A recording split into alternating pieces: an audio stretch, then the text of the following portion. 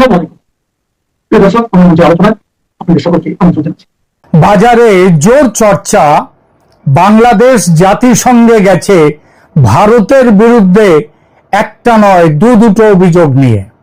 একটি অভিযোগ অবৈধ বাংলাদেশি তকমা দিয়ে পুশব্যাক করে দেশে জোর করে ফেরত পাঠানো নিয়ে, আর দ্বিতীয় যে অভিযোগ সেটা হলো বাংলাদেশের আপত্তি অগ্রাহ্য করে ভারত গায়ের জোরে সীমান্তে কাঁটা তারের বেড়া দিচ্ছে এই বিষয়ে।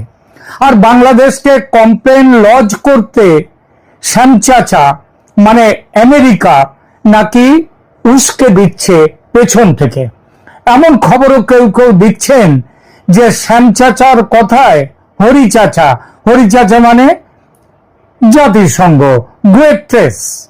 গুয়েট্রেস তিনি নাকি জোর করকে দিয়েছেন ভারতকে।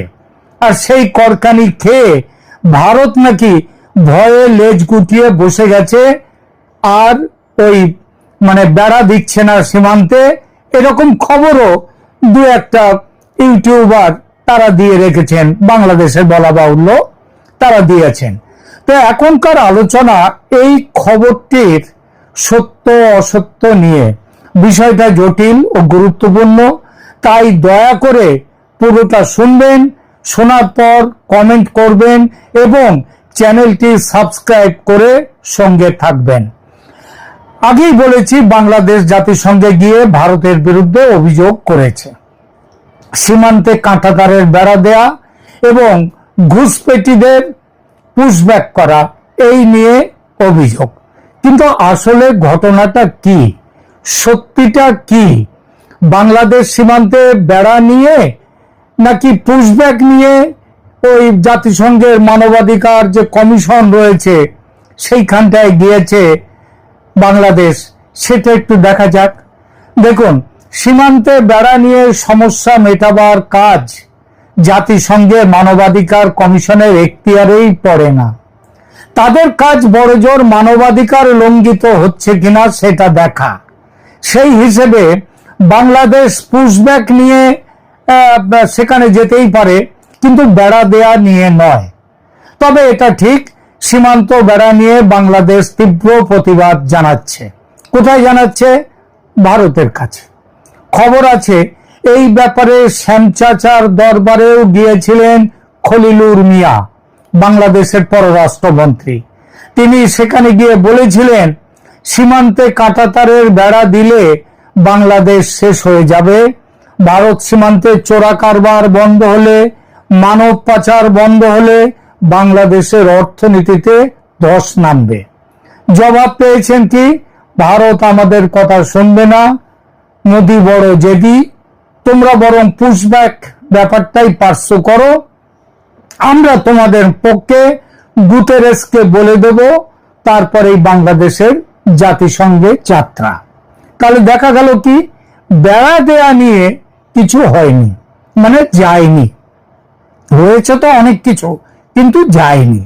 আজকের এই ভিডিওতে আমরা খুঁজে বের করব এই খবরের বাস্তবতা, দেখব জাতিসংঘের হস্তক্ষেপ কতটুকু কার্যকর, আমেরিকার ভূমিকা কি, আর সব শেষে বাংলাদেশের জন্য সঠিক সমাধানটি কি। চলুন শুরু করা যাক। প্রথমে বুঝে নিই সীমান্তে বেড়া নিয়ে বিতর্কটা আসলে কি। বাংলাদেশ বলছে 1975 সালের চুক্তি অনুযায়ী নোম্যান্স ল্যান্ডের 150 গজের মধ্যে কোনো স্থায়ী নির্মাণ করা যাবে না।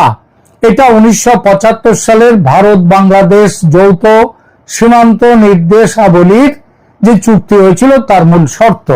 আর এই শর্ত অনুযায়ী 150 গজের মধ্যে প্রতিরক্ষা সম্পর্কিত বোঝায় এমন যে কোনো নির্মাণের বিষয়ে নিষেধাজ্ঞা রয়েছে।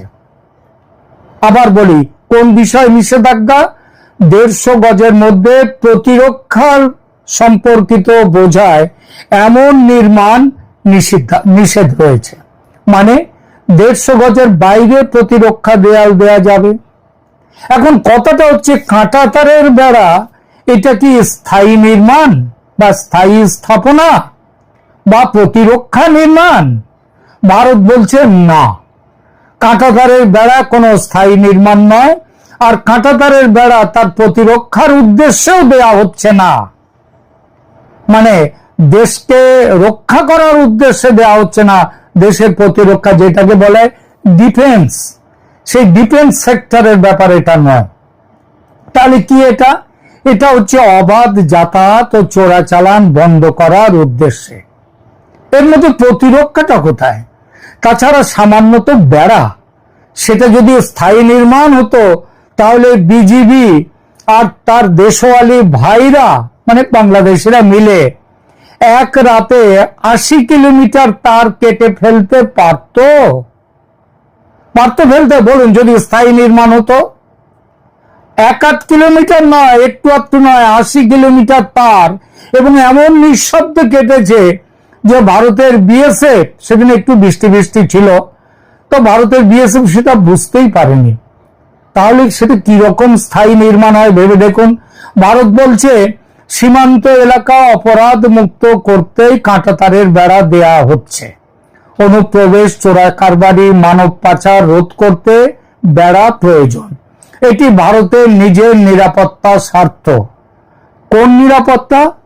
সেটা হচ্ছে অর্থনৈতিক যে সমস্ত ব্যাপার ট্যাপার থাকে, অর্থাৎ বাংলাদেশ থেকে আসবে লোকজন এখানে, তাদেরকে যাতে আটকে রাখা যায়, তার জন্য, যাতে তারা সহজে না আসতে পারে, তার জন্য আন্তরিক মানে দেশের সেই স্বার্থ, সেই নিরাপত্তা। সুতরাং এটা ভারত দেবেই, কোনো কথা শুনবে না, যথারীতি বাংলাদেশ তা মানবে না। বারবার তুলছে একটাই কথা, 1975-এর ইন্দিরা মুজিব চুক্তি, বলছে 150 গজ 150 গজ, ভারত চুক্তি ভাঙছে। ভারত বলছে চুক্তি ভাঙছি না। একটা অপ্রিয় সত্য উঠে আসে এখানে, ভারত বলতেই পারে, এত যে চুক্তি করছো ভাইয়া, আমরা চুক্তি ভাঙছি বলছো, তো তোমরা কি করছো হে? হাসিনা আমলের চুক্তি একতরফা ভাবে বাতিল করার হুমকি দিচ্ছ একদিকে, আবার অন্যদিকে 75-এর মুজিব আমলের চুক্তি নিয়ে এত কথা বলছো। তোমাদের কোন মুখটা বিশ্বাস করব আমরা? যেটা তোমাদের স্বার্থে ভালো সেইটাকে আমাদের বিশ্বাস করতে হবে? সেটা তো করা যাবে না। আরো আছে। তোমরা যদি বলতে পারো হাসিনার আমলে করা চুক্তি মানছি না, মানবো না, তাহলে আমরাও তো বলতে পারি 75-এর ইন্দিরা মুজিব চুক্তি ভারতের স্বার্থ বিরোধী, এই চুক্তি মানছি না, মানবো না। কি হবে তাহলে আমরা যদি বলি? সব বাস্তবতাটা কি জানেন? বাস্তবতা হলো বাংলাদেশ সরকারিভাবে চুক্তি বাতিলের হুমকি দিচ্ছে বটে, তবে সেসব রাজনৈতিক হুমকি, পাবলিককে খাওয়ানোর জন্য গ্যালারি শো। আসলে জানে ভারতের সঙ্গে চুক্তি ভাঙতে গেলে সর্বনাশ। আরে অন্যান্য চুক্তির কথা ছেড়ে দিন, শুধু গঙ্গা জলের চুক্তিটা ধরুন, এটা হাসিনা করে গিয়েছিলেন। সেই চুক্তি ভাঙলে গাইতে হবে কি? আমায় ডুবাইলি রে, আমায় ভাসাইলি রে, অকুল দরিয়ার মাঝে কুল নাই রে। মানে গঙ্গা জল চুক্তি যদি ভেঙে দেয়, তাহলে বর্ষায় জল ছাড়বে ভারত, আর সেটা ছাড়লে ওই গানটি হবে আমায় ডুবাইলি রে। এটা তো বর্ষার সময়। আর গ্রীষ্মে গাইতে হবে আব্বাস উদ্দিন সাহেবের সেই গানটা, আল্লাহ মেঘ দে, পানি দে, ছায়া দে রে তুই, আল্লাহ মেঘ দে। বাংলাদেশ তাই বাস্তবে কোনো চুক্তি ভাঙতে গেলে একবার নয় 100 বার ভাববে। শেখ হাসিনার আমলে গত 15 বছরে 100-র বেশি চুক্তি হয়েছে, কিন্তু বাংলাদেশ সরকারিভাবে অনেক হুমকি দিয়েছে সেসব চুক্তি পুনর্বিবেচনা করে ভেঙে ফেলবে। এ পর্যন্ত ভেঙেছে কটা? একটা চুক্তি। একটা চুক্তি। কোন চুক্তিটা জানেন? চুক্তি বাতিল করেছে জিআরএসি ট্যাগ বোট চুক্তি, ভারত থেকে বোট কিনবার বড় জাহাজ কেনার চুক্তি, সেইটা। বাকিগুলো না ভেঙে বন্ধ রেখেছে বা ঝুলিয়ে রেখেছে, কারণ ভাঙতে গেলে বিপদ। তাই ভারতের এই যুক্তি যে বাংলাদেশ চুক্তি ভাঙতে চাইছে, তাই ভারতও চুক্তি ভাঙবে বা ভাঙতে চাইবে, এটা টিট ফর ট্যাট। তুমি ভাঙলে আমিও ভাঙতে পারি। যদিও সীমান্ত বেড়া নির্মাণ এটি চুক্তি বাতিল নয়, চুক্তি লঙ্ঘনও নয়, কেবল শর্তের ব্যাখ্যা নিয়ে মতান্তর। কোনটা স্থায়ী নির্মাণ বলে আর কোনটাকে অস্থায়ী নির্মাণ বলে তাই নিয়ে ব্যাখ্যায় মতান্তর। মেক্সিকো সীমান্তে আমেরিকা কাঁটা তার নয়, একেবারে কংক্রিটের পাঁচিল তুলেছে, সেটাও একেবারে সীমান্ত ঘেঁষে। আবার সীমানার ওপরে ওই কিছু ছাড়াছাড়ির ব্যাপার নেই, নোম্যান্স ল্যান্ডে তারা সেখানটায় কংক্রিটের পাঁচিল তুলেছে। বাধা মেনেছে ট্রাম্প? আমেরিকার জমিতে আমেরিকার লোহার পাঁচিল দেবে না কংক্রিট না কাঁটা তার, সেটা যেমন আমেরিকার ব্যাপার, মেক্সিকো বলার কেউ নেই, কেউ নয়। এখানেও তেমন, ভারত তার নিজের জমিতে কাঁটা তার দেবে না ইটের পাঁচিল দেবে, সেটা ভারতের ব্যাপার। তুই বাড়ি যা বাপি। তারপরেও কথা বলতে চাইলে আয় বসি, চা বিস্কুট খাই, তারপর যে যার বাড়ি যাই। সিদ্ধান্ত ভারতের একই থাকবে, নো চেঞ্জ, কাঁটাতারের বেড়া দেয়া হবেই। এখন আসি ইউএনএইচসিআর বা জাতিসংঘের মানবাধিকার কমিশনের প্রশ্নে। সংবাদে শুনেছেন বাংলাদেশ ইউএনএইচসিআর এ গেছে, কিন্তু বাস্তবতা হলো বাংলাদেশ বেড়া দেয়া নিয়ে সেখানে যায়নি, কারণ সেখানে যাওয়ার কোনো যুক্তিই নেই। মুদিখানায় কেউ জাহাজ কিনতে যায় না। আর ইউএনএইচসিআর এর ম্যান্ডেট হলো শরণার্থী, জোরপূর্বক বহিষ্কৃত জনগোষ্ঠী এবং আশ্রয় প্রার্থীদের অধিকার রক্ষা করা। সীমান্ত বেড়া নির্মাণ একটি দ্বিপাক্ষিক সীমান্ত বিবাদ, যা ইউএনএইচসিআর এর ম্যান্ডেটের মধ্যেই পড়ে না। সীমান্ত বেড়া নির্মাণে শরণার্থী তৈরি হয় না, তাই ইউএনএইচসিআর এর সাথে এটি সরাসরি সম্পর্কিত নয়। তবে হ্যাঁ, পুশব্যাক নিয়ে এটা তাদের এখতিয়ার, এটা মানবাধিকার ইস্যু। অনুপ্রবেশকারীদের ফেরত পাঠানো, পুশব্যাক করা, এটা মানবাধিকারের প্রশ্ন। তাই বাংলাদেশ যদি কোথাও গিয়ে থাকে তবে সেটা ওই মানবাধিকার কমিশনে, সেখানে পুশব্যাক নিয়ে বড় জোর যেতে পারে। এখন আসি আমেরিকার ভূমিকায়, কারণ কথা আসছে যে আমেরিকা বাংলাদেশকে পেছন থেকে মদদ দিচ্ছে। সেই মদতের অন্য কি কারণ, সে ব্যাখ্যা আলাদা, সেটা আপনারাও অনেকে জানেন। গোপন চুক্তি টুক্তি অনেক আছে, তো সুতরাং একটু তো কথা বলতেই হয় তার হয়ে। আমেরিকা নাকি তাই উস্কে দিচ্ছে বাংলাদেশকে, যাও জাতিসংঘে যাও। কিন্তু বাস্তবতা হলো 2 বছর আগে ট্রাম্প সাহেব নিজেই হাতে পায়ে শিকল বেঁধে দেশে দেশে অনুপ্রবেশকারীদের ফেরত পাঠিয়েছেন। ট্রাম্পের আমলে কি অনুপ্রবেশকারীদের পুশব্যাক করা হয়নি? হয়েছে, সবাই জানি। মেক্সিকো সীমান্তে ট্রাম্প কতটা কঠোর ছিলেন সবাই জানেন। মেক্সিকো থেকে, ভারত থেকে, বাংলাদেশ থেকে, পাকিস্তান থেকে অনুপ্রবেশকারীদের হাতে পায়ে শিকল বেঁধে পাঠানো হয়েছে, এটাও পুশব্যাক। আর সে পুশব্যাক করেছে খোদ আমেরিকা। বাংলাদেশ ভারতের ব্যাপারে কোন মুখে বলতে যাবে তারা মশাই? হ্যাঁ, আগে নিজের পেছনটা তো দেখো। তাই আমেরিকা পেছনে খেলতে পারে, সামনে নয়, কারণ আমেরিকার নিজেরই সীমান্ত নীতি আছে, কঠোর নীতি, পুশব্যাক নীতি। অনুপ্রবেশকারীদের ফেরত পাঠানো, পুশব্যাক করা, আমেরিকা নিজেই সেই নীতি পালন করছে। সে কি করে বলবে ভারতকে তোমরা এটা করো না? তাই আমেরিকা বাংলাদেশকে উস্কে দিচ্ছে, এটা হতে পারে, কিন্তু আমেরিকা নিজেই যেহেতু একই কাজ করেছে এবং করছে, তাই পেছনে সহানুভূতি দেখাবে, সামনে চুপ। এবার আসি জাতিসংঘের ক্ষমতা কতটা, সেটা একটু দেখা যায়। জাতিসংঘের নিরাপত্তা পরিষদ, সেটা তো মানবাধিকার কমিশনের অনেক উপরে, তারই বা ক্ষমতা কতটুকু? জাতিসংঘ কি জানেন? জাতিসংঘ হচ্ছে শক্তের ভক্ত, নরমের জম। আর নরম হলে কি হয়? বিড়াল সামান্য সেই নরম মাটিতে আঁচড় কাটে, মাটি শক্ত হলে বিড়াল হাওয়া। এর আগে আমেরিকা, চীন, রাশিয়া তুড়ি মেরে উড়িয়ে দিয়েছে জাতিসংঘের আদেশ। হ্যাঁ, বাস্তবতা হলো আমেরিকা ইরাক যুদ্ধে ইউএন সিকিউরিটি কাউন্সিলের নির্দেশ মানেনি। চীন তিব্বত হংকং এই সমস্ত নিয়ে যে আদেশ দিয়েছে, নির্দেশ দিয়েছে জাতিসংঘ, চীন মানেনি। ইউক্রেন নিয়ে ইউনাইটেড নেশন সিকিউরিটি কাউন্সিল যে রেজলিউশন করেছে, রাশিয়া সেটা মানেনি। এরা কেউ মানেনি, আর ভারত মানবে? ভারত পাত্তা দেবে না নিশ্চিতভাবে, কারণ ইউএনএসসির 5টি স্থায়ী সদস্য দেশ আছে: আমেরিকা, চীন, রাশিয়া, যুক্তরাজ্য, ইংল্যান্ড আর ফ্রান্স। এদের মধ্যে রাশিয়া আর ফ্রান্স তো কিংবা যে কেউ একজন ভেটো দিলেই এটা অর্থহীন হয়ে যাবে। জাতিসংঘের ক্ষমতা তাত্ত্বিকভাবে আছে, কিন্তু বাস্তবে কার্যকর একেবারে বুড়ো আঙ্গুল, কলা। অন্তত ভারতের ক্ষেত্রে তো বটেই, কারণ ভারত একটি বড় অর্থনীতি, আন্তর্জাতিকভাবে শক্তিশালী দেশ। কোন স্থায়ী সদস্য ভারতের বিরুদ্ধে ভেটো দেবেই দেবে, কারণ গাঁটছড়া বাধা আছে অনেক জায়গায়। তাহলে নিট রেজাল্ট কি দাঁড়ালো? বাংলাদেশ কি কিছুই পাবে না? ঠিক তাই, কিছু পাবে না।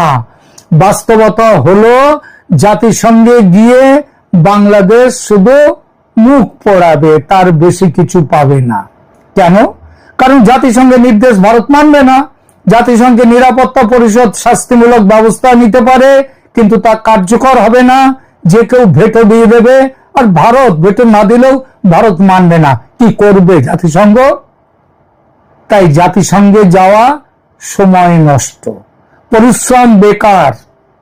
বাংলাদেশের জন্য সোজা কথাটা হলো, এদিক সেদিক ঘোরাঘুরি না করে বাপু আলোচনায় বসো ভারতের সঙ্গে, হাতে পায়ে ধরে পরিস্থিতি সহজ করে নাও। কি করে পুশব্যাক পরিস্থিতি সহজ হতে পারে?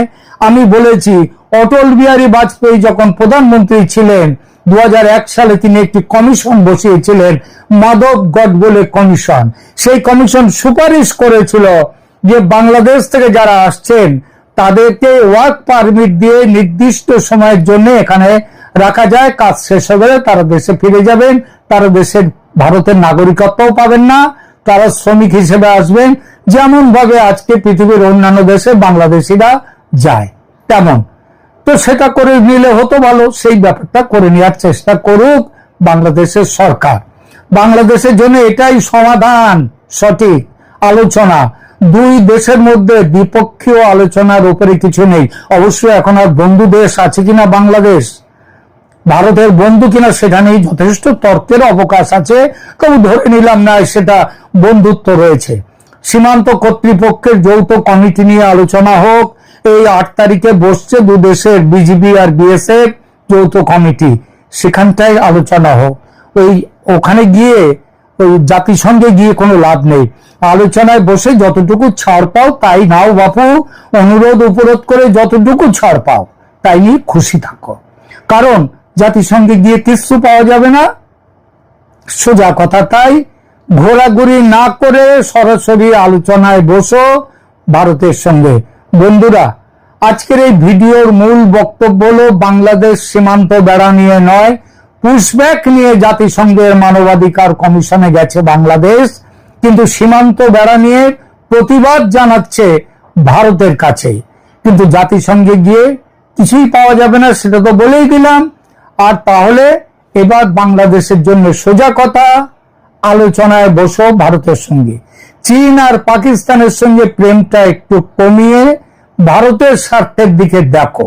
কারণ তুমি শুধু নেবে, দেবে না কিছুই, আমি নেব দেব না কিছুই, এটা কোনো আলোচনা, কোনো মধ্যস্থতা, তার এটাই কোনো রাস্তা আসে না, এটা হয় না। এটাই বাস্তববাদী পথ। তারেক রহমান, আপনাকে 6 মাসের সময় নিয়ে আপনাকে বসতে দেয়া হয়েছে, 4র্থ মাস চলছে। 2 মাসের মধ্যেই আপনার পাট্টারি গোটাতে হবে যদি ভারতের সাথে সম্পর্ক ঠিক করতে না পারেন। যদি চীন এবং পাকিস্তানের কোলে গিয়ে বসে পড়েন তাহলে আপনার আয়ু কিন্তু আর 2 মাস, মাথায় রাখবেন। ধন্যবাদ।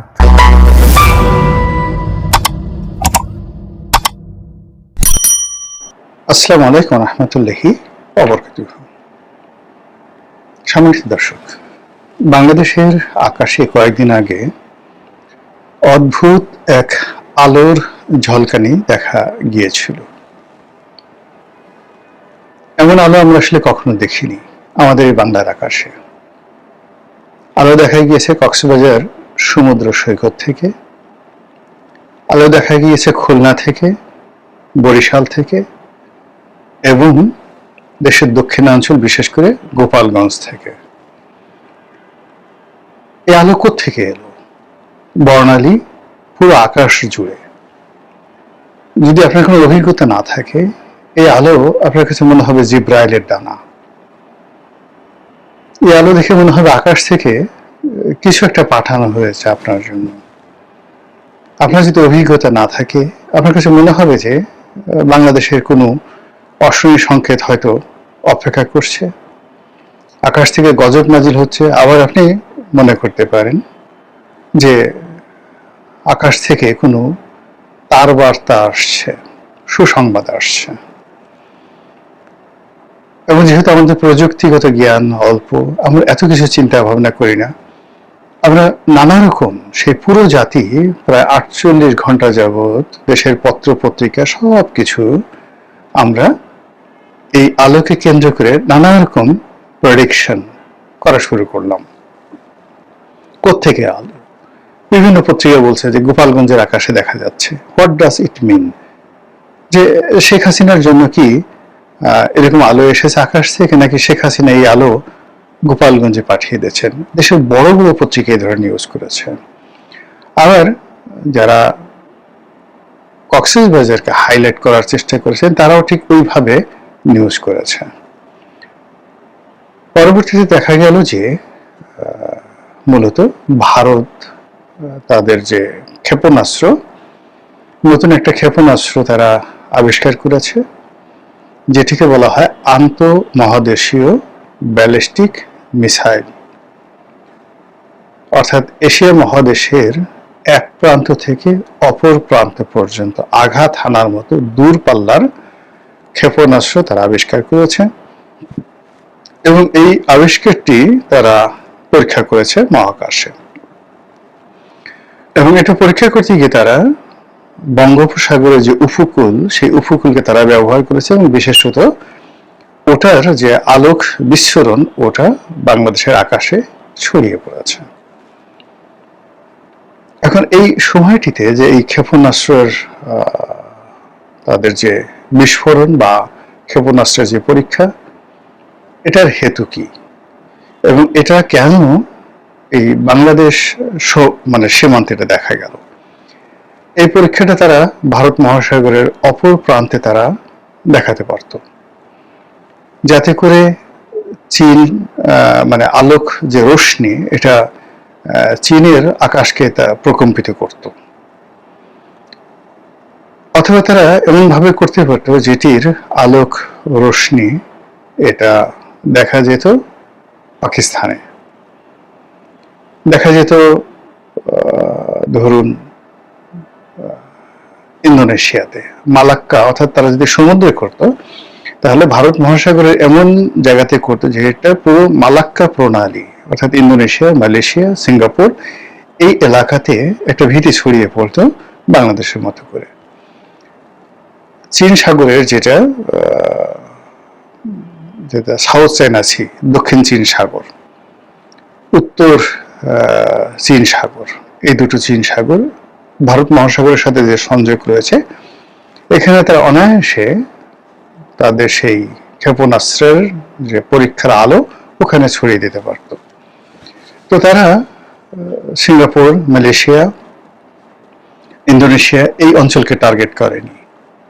আফগানিস্তান, পাকিস্তান, বেলুচিস্তান, কাজাকিস্তান, উজবেকিস্তান এই অঞ্চলকে টার্গেট করেনি। তারা চীন, হংকং এই অঞ্চলকে টার্গেট করেনি, তাইওয়ানকে টার্গেট করেনি। তারা কেন বাংলাদেশের মতো একটা ক্ষুদ্র রাষ্ট্র, এই রাষ্ট্রের উপকূলে এরকম একটা বিস্ফোরণ ঘটালো? এটা কি আমাদেরকে কোনো মেসেজ দেওয়ার জন্য, আমাদেরকে ভয় দেখানোর জন্য, আমাদের সঙ্গে শক্তিমত্তা প্রদর্শন করার জন্য, অথবা আগামীতে আমাদের সঙ্গে তাদের কেমন সম্পর্ক হবে সেই বিষয়গুলো জানান দেওয়ার জন্য। কিন্তু ঘটনা যাই হোক না কেন, আমরা 48 ঘন্টা পর আমাদের পত্রপত্রিকা এই খবর প্রকাশ করলো যে ভারত তাদের যে ব্যালিস্টিক মিসাইল, আন্তঃমহাদেশীয় ব্যালিস্টিক মিসাইল, এটা তারা পরীক্ষা চালিয়েছে। ভালো কথা। এর আগে, অর্থাৎ এই যে ব্যালিস্টিক মিসাইল তারা ছুড়লো, তার আগে আরেকটি ঘটনা ঘটেছে। তারা দক্ষিণ পূর্ব এশিয়ার বা এশিয়ার 11টি রাষ্ট্রের সঙ্গে যৌথভাবে নৌ মহড়া চালিয়েছে সাগরে, কিন্তু বাংলাদেশকে এর মধ্যে ডাকেনি। এই মহড়ায় বাংলাদেশকে অংশগ্রহণ করেনি। অর্থাৎ দক্ষিণ পূর্ব এশিয়া সহ অন্যান্য যে দেশগুলো রয়েছে সেখানকার 11টি দেশকে তারা নিজেদের কৌশলগত মিত্র, সঙ্গী বা মহড়ার সঙ্গী হিসেবে তারা সিলেক্ট করেছে, কিন্তু বাংলাদেশকে সেই গ্রুপে তারা নেয়নি। এই গেল মেসেজ, একদিকের মেসেজ। অন্যদিকে যেটা হলো, আমাদের চট্টগ্রাম বন্দরে তারা একটি যে যুদ্ধ জাহাজ পাঠিয়েছে। কেন পাঠিয়েছে, কি পাঠিয়েছে আমরা জানি না। এটা কি বন্ধুত্বের নিদর্শন, নাকি এটা কোনো জিওলজিক্যাল সার্ভে, নাকি এটি কোনো থ্রেট, নাকি বাংলাদেশ নৌবাহিনীর সঙ্গে আলাদা করে ভারতীয় নৌবাহিনী কোনো মহড়া দেবে, আমরা কিচ্ছু জানিনি। তো আগে যদি আপনি চিন্তা করেন যে তারা যে যৌথ মহড়া করলো, সেখানে আমাদেরকে দাওয়াত করলো না, এরপর আবার আমাদের দেশে একটা নৌবাহিনীর জাহাজ তারা পাঠিয়ে দিল, এবং তাও চট্টগ্রাম বন্দরে। এরপর সেই যে বাংলাদেশের আকাশে দেখা যেতে পারে, এইভাবে তারা ব্যালিস্টিক মিসাইলের পরীক্ষা চালালো। এরপরে যদি আপনি চিন্তা করেন যে আসামে যে বিজেপির যিনি মুখ্যমন্ত্রী, তার বক্তব্য, আর পশ্চিমবঙ্গে শুভেন্দু যিনি মমতাকে হটিয়ে নতুন ক্ষমতায় এলেন, তাদের কথাবার্তা, সেই কথাবার্তার যে ধরন এবং প্রকৃতি, তাতে মনে হচ্ছে যে আমাদের সাথে ভারতের যে বিশাল সীমান্ত রয়েছে, হাজার হাজার কিলোমিটারের যে সীমান্ত রয়েছে, এই সীমান্তে অশান্তি কিলবিল কিলবিল করছে। আর এই অশান্তির মধ্যেই খবর দেখলাম, এটা গতকালের খবর, একটি সীমান্তে তারা দুজন বাংলাদেশিকে গুলি করে মেরে ফেলেছে ভারতীয় বিএসএফ, এবং তারা গর্ব করে বুক ফুলিয়ে বলছে তারা কি কারণে এই গুলি চালিয়েছে। যখন বিএনপি ক্ষমতায় এলো, আমরা বেশ আশ্বস্ত হয়েছিলাম।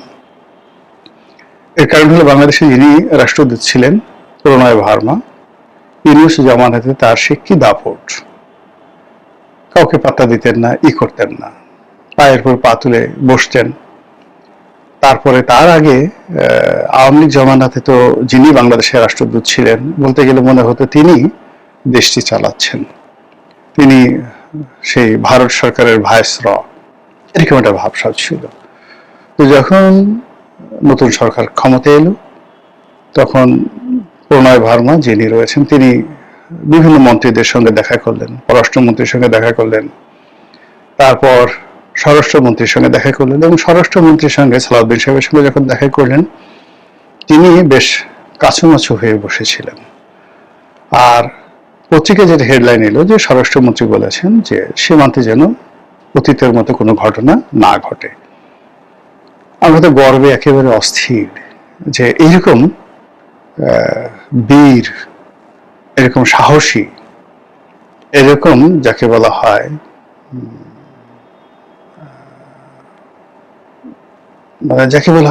মানে এরকম স্বরাষ্ট্রমন্ত্রী, আমি কি বলবো, মানে কোন বিশেষণ খুঁজে পাচ্ছি না। ব্যতিক্রম ধর্মী একজন স্বরাষ্ট্রমন্ত্রী, যিনি ইতিহাসে প্রথম ভারতীয় রাষ্ট্রদূতকে নির্দেশনা দিলেন যে আমি যেন আর ভবিষ্যতে এরকম কোনো ঘটনা সীমান্তে না দেখি। তা আমরা সবাই হই হই করে বলে উঠলাম যে না, এইবার এটা বাঘের বাচ্চা, এবার একটা বাপের বেটা মন্ত্রণালয়ের দায়িত্ব পেয়েছে, এখন আর ভারতে এই কর্ম করতে সাহস পাবে না। কিন্তু এই গত কয়েক দিনে সীমান্তে যে সকল ঘটনা ঘটছে, একটার পর একটা ঘটনা ঘটছে, এটি কোনো অবস্থাতেই সরকারের জন্য, আমাদের জন্য স্বস্তিদায়ক নয়। আপনারা যারা পররাষ্ট্র মন্ত্রণালয়ের খবরাখবর জানেন তারা জানেন যে পররাষ্ট্র মন্ত্রী তিনি দিল্লি সফরে গেছেন এবং সেখান থেকে আসলে কার্যত খালি হাতে ফিরেছেন। তারপর দিল্লি থেকে ফিরে তিনি আবার বেজিং সফরে গিয়েছেন, আবার বেজিং থেকে ফিরে তিনি আমেরিকাতে গিয়েছেন।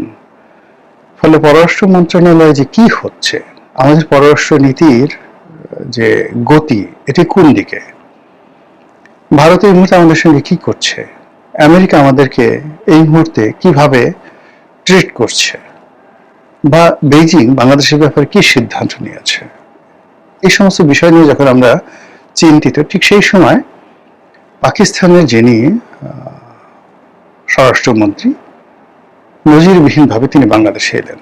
পাকিস্তানের স্বরাষ্ট্রমন্ত্রীর সঙ্গে আমাদের কোনো কাজ নেই, বরং বাণিজ্য মন্ত্রীর সঙ্গে কাজ থাকতে পারে, অর্থমন্ত্রীর সঙ্গে কাজ থাকতে পারে, পররাষ্ট্রমন্ত্রীর সঙ্গে কাজ থাকতে পারে, কিন্তু স্বরাষ্ট্রমন্ত্রীর সঙ্গে আমাদের কি কাজ পাকিস্তানের? তিনি এলেন আর তিনি এসে যে চুক্তি করলেন সেটি হলো চোরাচালান বন্ধ, মাদক পাকিস্তানের সাথে বাংলাদেশের সাথে যেন মাদক বিনিময় না হয়। তো এখন পাকিস্তানের সঙ্গে আমরা কিভাবে মাদক বিনিময় করব, কি করব, মানে এই জিনিসগুলো নিয়ে ভীষণ রকম আলোচনা হচ্ছে। বাংলাদেশের সঙ্গে পাকিস্তানের অনেকগুলো অমীমাংসিত বিষয় রয়েছে। আমাদের এখানে আটকে পড়া পাকিস্তানিরা আছেন, বিহারিরা আছেন, আবার ওখানেও লক্ষ লক্ষ বাঙালি আটকা পড়ে আছেন পাকিস্তানে। এর বাইরে আমরা যখন 1971 সনে আলাদা হয়ে গেলাম, তখন আমাদের যে প্রাপ্য ছিল তাদের কাছে অনেক টাকা পাওনা ছিল ওই আমলে। এটা সম্ভবত তখন $8 বিলিয়ন ছিল, যেটি এখন বাড়তে বাড়তে সুদে আসলে বর্তমান জমানাতে এটি 200 বিলিয়ন, 200 বিলিয়ন মার্কিন ডলারে পরিণত হয়েছে আমাদের হিস্সা, যেটি পাকিস্তান কোনো কথা বলছে না, বা পাকিস্তান এখন বিক্রি করলে $200 বিলিয়ন হবে না। তো এই সকল বিষয় নিয়ে আলাপ নাই, আলোচনা নাই, কিন্তু পাকিস্তানের সঙ্গে আমাদের সমঝোতার স্মারক হচ্ছে। আর এসব ঘটনার মধ্যেই আকাশে সেই ক্ষেপণাস্ত্রের আলো দেখা যাচ্ছে। এটা কি অশনি সংকেত, নাকি কোনো মঙ্গলের বার্তা? এই আলো কি আমাদেরকে আলোকিত করবে, নাকি এই আলো আমাদেরকে অন্ধকারের দিকে নিয়ে যাবে, সেটাই দেখার বিষয়। মহান আল্লাহ আমাদের সবাইকে হেদায়েত দান করুন এবং হেফাজত করুন। আসসালামু আলাইকুম ওয়া রাহমাতুল্লাহি ওয়া বারাকাতুহু।